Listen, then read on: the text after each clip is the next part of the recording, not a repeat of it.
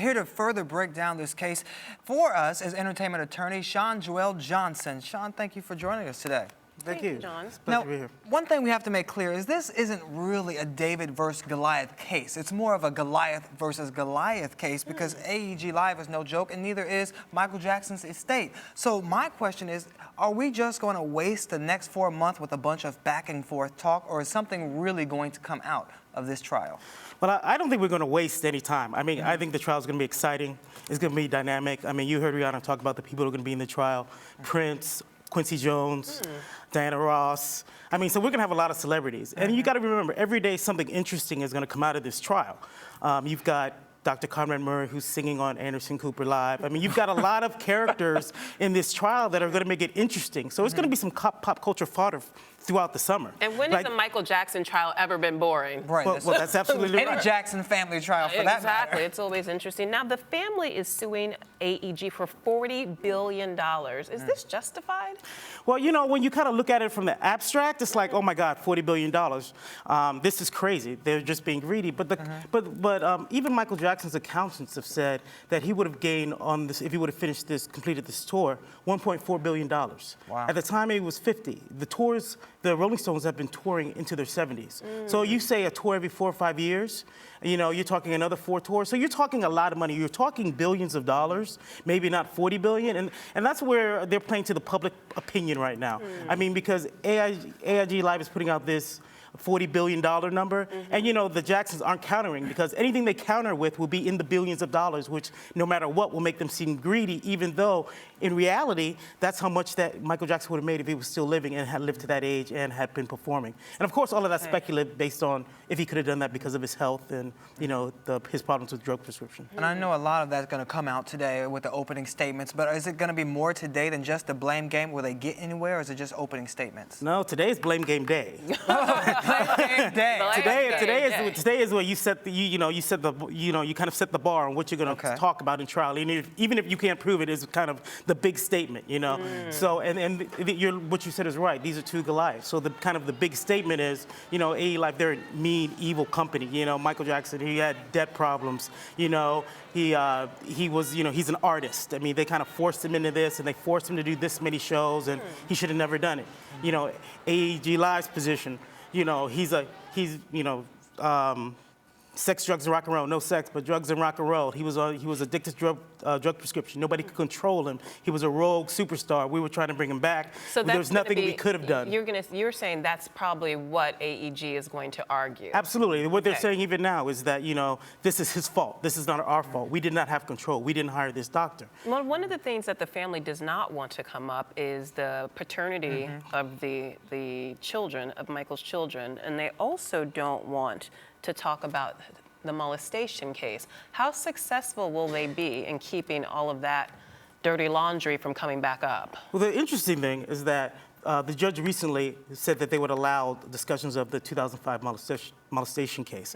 And I think that's because we're going to be talking about Michael Jackson's drug use. Should you have known, or should you have known that he was using drugs, you know, when you hired this doctor, and should you have done more due diligence? So that's definitely going to be brought up. I think the question of paternity, and in some ways it's like, would the kids have known? I think it's almost to scare them because they're listed on the witness list. And if you bring them up, it'll be like, you know, they can ask questions establishing who they are, which would mean, do you know who your mother is? Do you know who your father is?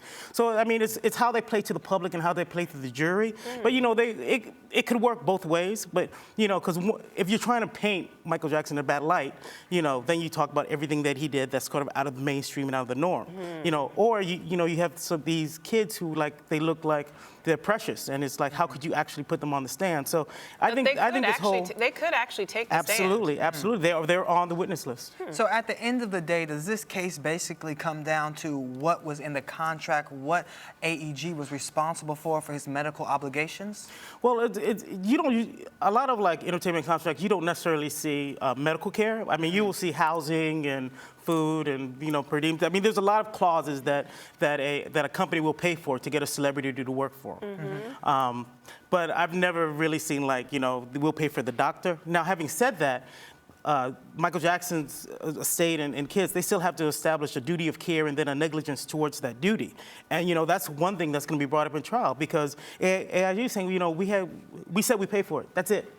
You hired him. He's worked for you before. And the fundamental argument is that that was Michael Jackson's decision to have Conrad Murray as his doctor, not the decision of the concert promoters, correct? Yes, but the cornerstone of their case is that AEG Live, there was a memo sent out by the CEO, and it was because Michael Jackson didn't show up for a rehearsal one day, and he said, make sure that Conrad Murray knows that, remind him that we're paying for him, remind him of what we need to do. So it's kind of implied, it's like, wait a minute, you're doing more than paying for him.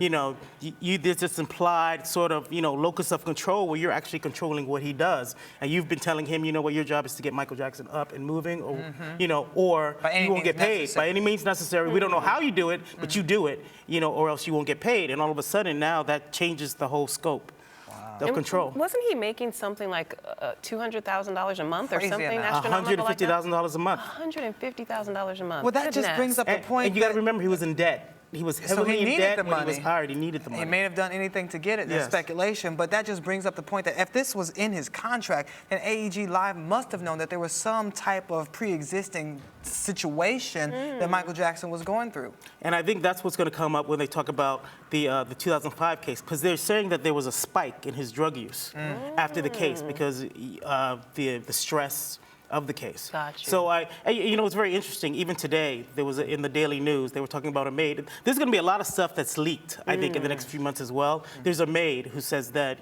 Michael Jackson was a drug addict. This is coming out in the paper. I mean, that person won't be called into court. But now people are playing on public opinion as well. So, because, AEG Live is a huge concert promotion company. The public opinion matters on both sides. And they're both playing not only in court, but out in the real world as well. It looks like this thing is going to get really messy. And very fascinating. And very fascinating. This sets up a precedent of the question, what can companies do to protect themselves? Because you have a lot of risky celebrities, entertainers, Charlie Sheen, DMX, the rapper, Lindsay Lohan. They get into these situations. Can companies do anything, take out insurance to protect themselves? Well, a lot of companies do that. You were talking, one of the things that AEG Live did is they filed a claim with their insurance company, and their claim was denied because their insurance company said, you should have known he's had troubles with prescription drugs in the past. And we're not paying it because it was a well-known fact, so no. But what a lot of companies do, especially in Hollywood and films, is you'll get a completion bond to do a movie, which is, you always want insurance. A company always wants insurance that the financing will be done for the film, a studio does, right? But what with completion bond, you'll also get a cast insurance bond, which insures the cast. And so while it may not be in the person's contract, it will say everything stipulated to them being insured. And so then you have people like Lindsay Lohan, and they look at how erratic her behavior is and not showing up on set. And if you're doing a movie, it could be $250,000 a day. You may need to film at sunset, and you have 10 minutes to shoot it. And if you don't show up, $250,000 gone. Wow. So it's really important that these insurance, the Hollywood now minimizes risk. So it's really important that you have this insurance in place. Very good stuff. Very interesting. Very fascinating. Thank you. All right, well. We'll have to watch this case and see what happens. Yes. It's like, wow. Absolutely. You've got to come back and keep us posted. Thank you so much for being here. Thank you for having me. And you're watching Arise Entertainment 360.